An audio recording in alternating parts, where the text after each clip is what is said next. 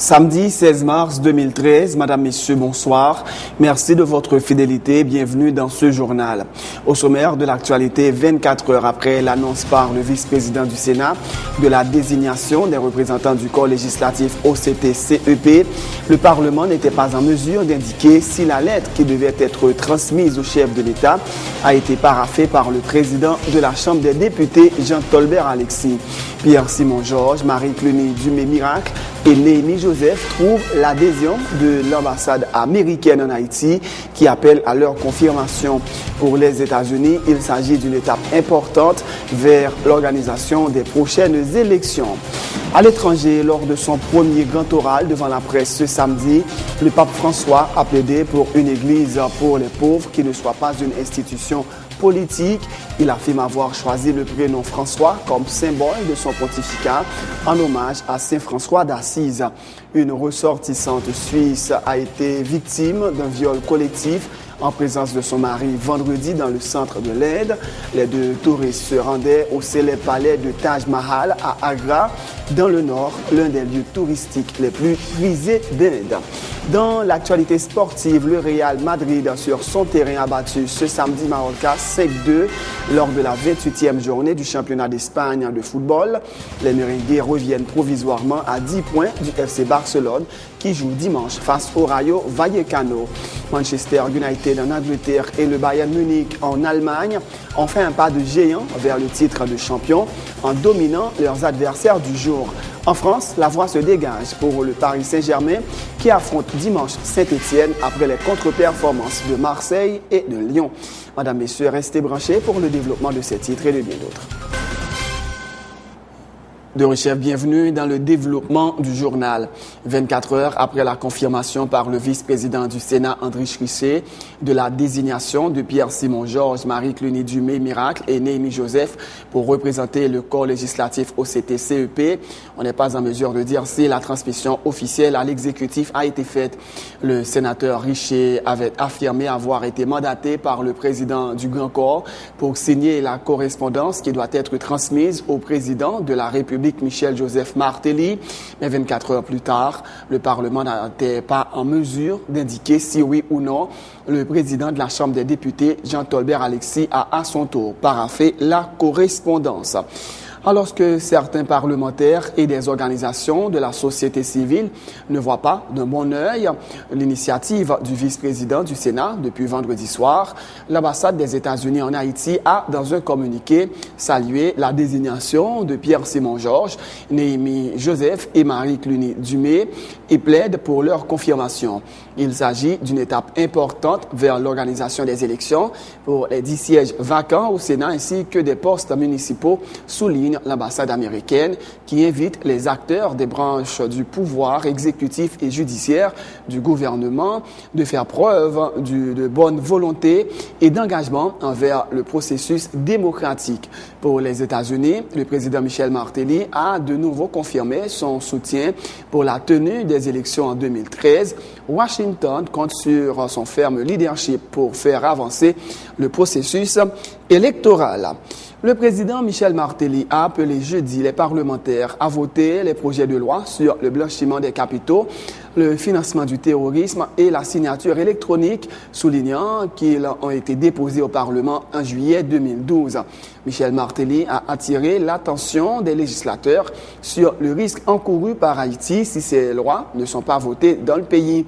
Les transferts d'argent en provenance de l'étranger notamment prendront plus de temps et cela pourrait contribuer à accentuer la cherté de la vie, a dit Michel Martelly. Jodi à là, nous avons limite jodi pour nous voter une loi qui n'est pas Parlement depuis le 19 juillet année passée. Loi ça, c'est loi sous blanchiment d'argent. Ce n'est pas l'État haïtien seulement qui gagne loi ça, c'est le monde entier. C'est pour éviter corruption. Si l'État haïtien à travers le Parlement, pas voter loi ça aujourd'hui, la vie a bien plus chère pour nous. Parce que, il ne va pas reconnaître la banque haïtienne encore. Si il ne pas entrer dans la logique, loi contre blanchiment d'argent, le va recevoir un transfert de famille, taxe qu'il prend sous lui à piro, donc on va recevoir moins scope. Le va faire un transfert à l'étranger ou bien il a fait un transfert pour ici. Peut-être qu'il ne va pas reconnaître la banque. Si le transfert prend 6 jours, il va prendre 3 mois. Si vous devez payer 15 $, vous allez payer 50 $, qui est-ce qui va le payer? C'est le peuple qui va le payer. Pendant ce temps, loi ça, il est dans le Parlement depuis le 19 juillet 2012. Loi ça a presque un an dans le Parlement. Il n'a pas jamais voté. Mais la vie chère arrivée, je vais dire président Matéli. Et ça que fait pendant qu'on parle avec nous là, me dit nous, l'important, pour pendant que faire politique pour le pays, chaque jour avec Yuri la Tortue, avec Joseph Lambert, qui veut dire rallier à moi, m'a besoin dans le Parlement tout pour protéger le peuple là, pour défendre le noyau. Je dis à qui est-ce qui ne connaît que toute bagaille est faite sur le computer. Toute bagaille c'est computer. Eh bien, vous dire à travers le monde, il y a les signatures électroniques ou qu'à signer sur le computer, bagaille la passer ou faire commande. Mais il faut qu'on loi qui gère signature électronique là, loi ça dans le Parlement. Et attention, c'est pour le développement. Et pas Michel Matéli qui a fait 10 ans, non? Son loi pour le développement. Parce que, quand il y a une entreprise qui a sauté l'autre bord, qui a fait faire business ici, il faut connaître qu'il y a des outils pour qu'il y ait un contact avec le monde. Une des outils, c'est signature électronique. Loi ça dans le Parlement depuis 19 juillet 2012. Eh bien, le bon jamais voté, non? Là, pas voté. Pour qui est ce problème? Pour le Parlement? Le ministre du Commerce, Wilson Lalo, annonce la création bientôt de 6 mini-parcs industriels, dont le premier sera inauguré avant la fin de l'année. Ces espaces, dit-il, devraient permettre une mise en relation entre les producteurs et les marchés qui aura également comme effet d'améliorer la qualité de certains produits, notamment les fruits et les légumes, fait savoir le ministre Wilson Lalo. C'est un problème qui est généralisé. Et il n'est pas vrai pour viande et légumes mais seulement, il est vrai pour pratiquement tout produit que nous consommons dans le pays. Et il y en a d'autres qui sont plus fragiles. Par exemple, vous parlez de fruits et légumes, et de viande, et nous connaissons qui ont même apporté des maladies dans le commun. Et ça, c'est des problèmes très sérieux. Mais vous remarquez que vous ne pouvez pas résoudre le problème par ses effets. Et que, comme si vous dites, comme nous à vendre viande mal dans la rue, donc nous disons mettez viande dans des meilleures conditions dans la rue. Si nous n'avons pas de problème, si nous n'avons pas résoudre le problème d'abattoir, si nous n'avons pas résoudre le problème de gens viande et aliments ça manger et bétail ça manger, etc. Donc ça fait que nous-mêmes nous avons essayé de travailler sur les chaînes de valeur. Justement, vous entendez que le ministère a parlé de ça, les micro-parcs industriels, justement, c'est pour le jouer une façon pour connecter producteurs avec marché, pour permettre que le marché de rue vienne régler. Mais ce n'est pas une décision qu'on va prendre, qu'on ne soit pas qu'à décréter, parce que c'est tout le pays comme ça. Donc c'est un vrai problème de société, question ça y est, mais elle demandait vraiment un gros effort national pour créer un système de qualité. Et la meilleure façon que nous avons fait, ça fait nous choisir filière fruits et légumes, en particulier pour nous travailler viande, fruits et légumes, pour nous travailler sur eux, dans le cadre de micro-parcs industriels, nous mettons en place, pour nous travailler développer chaîne de qualité depuis la plantation jusqu'à ce que le produit arrive à la ville. Le job micro-parc industriel, c'est déjà au niveau des champs, encadrer les producteurs pour que le produit qui vient, conserver, emballer, transporter et transformer si ça se trouve, pour que, suivant les normes et standards, micro-parcs pourra le connecter avec les grandes centrales d'achat. Et nous espérons réussir à faire un projet comme ça à Nessa. Et en fait, il y a 6 que nous projetons, mais bon, on voit le budget, on espère que nous avons aborder, mais nous voulons faire un modèle pour montrer que nous avons fait une chaîne de distribution qui fait pour l'autre gens et qui permet que nous ayons des revenus que nous avons planifié dès début d'année. Nous connaissons si on produit 15 bananes, nous avons planifié combien de nous fait, même si il y a 36 000 bananes qui fait dans le pays. L'ambassade du Japon à Port-au-Prince et des organisations paysannes œuvrant dans le domaine de l'agriculture ainsi que l'école technique d'agriculture Sainte-Thérèse de Papaye ont procédé mercredi à la signature de 3 contrats en vue de l'irrigation de plusieurs régions agricoles dans les départements du Centre et de l'Artibonite. Les projets sont estimés à 360 000 $ américains. Les bénéficiaires de cette aide vivent dans les milieux défavorisés. Kenji Kuratomi est le chargé d'affaires du Japon en Haïti. J'ai le plaisir de ce matin de procéder à la signature des contrats de 3 projets distincts dont la réalisation revêt une importance capitale pour les communautés bénéficiaires.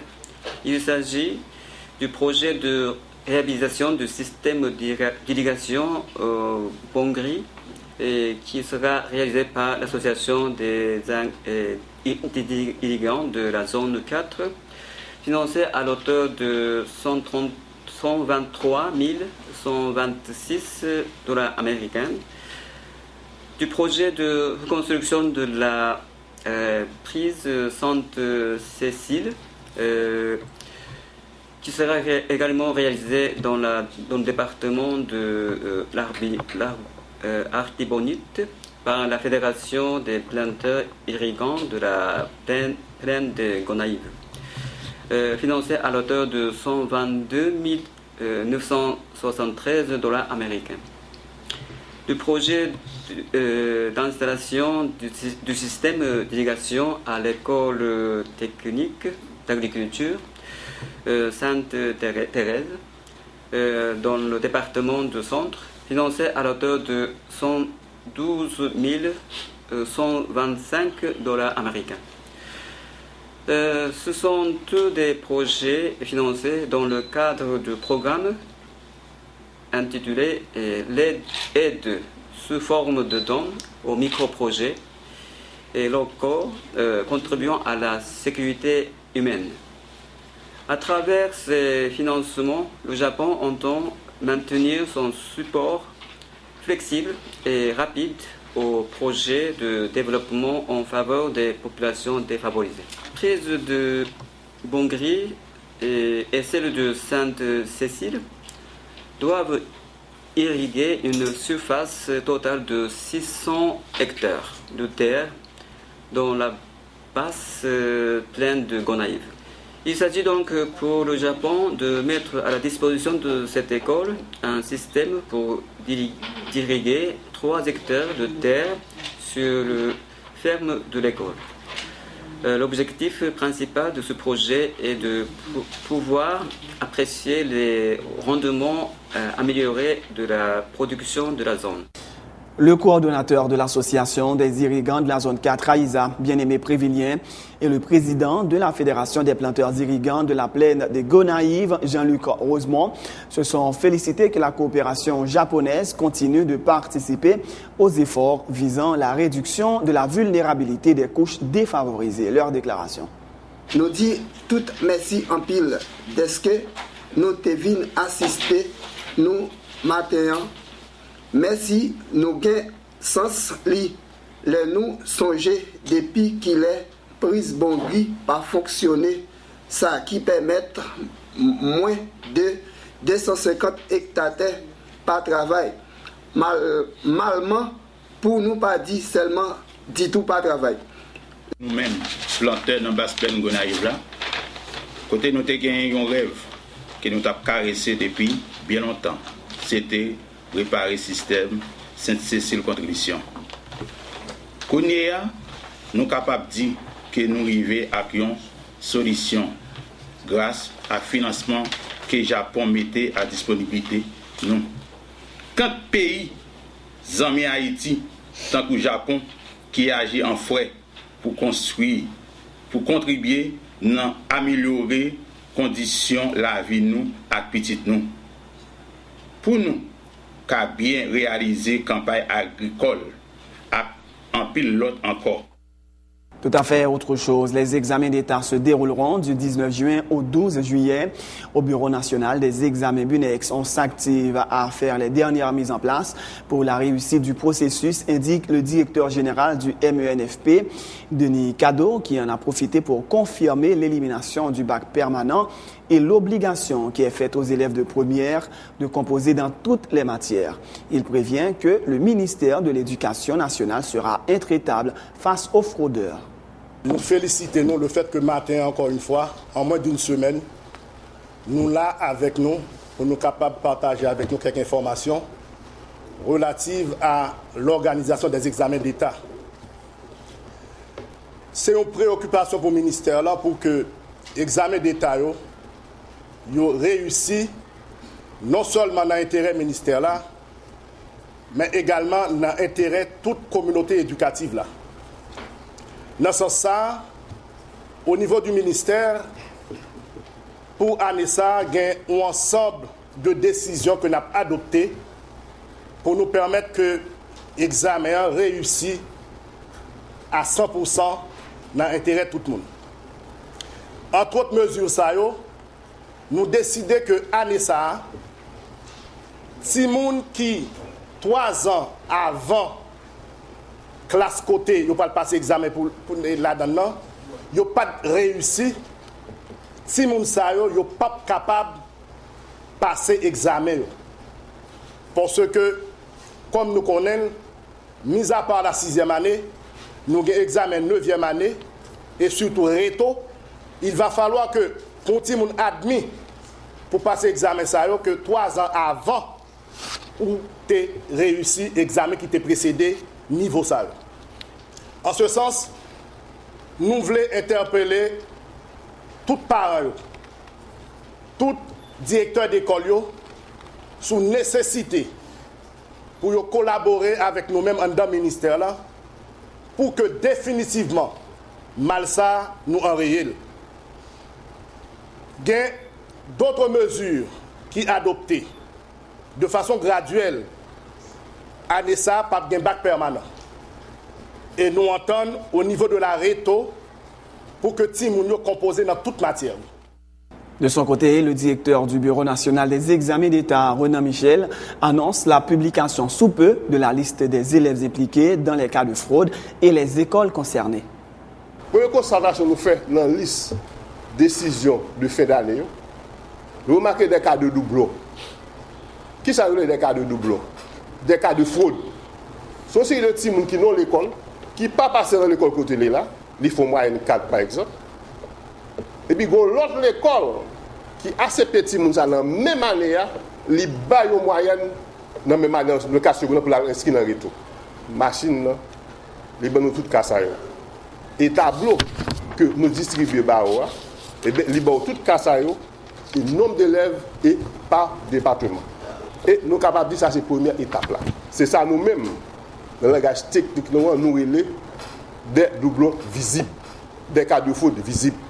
Et liste, nous gagnons pour nous capables de distribuer dans la presse, pour nous capables au courant.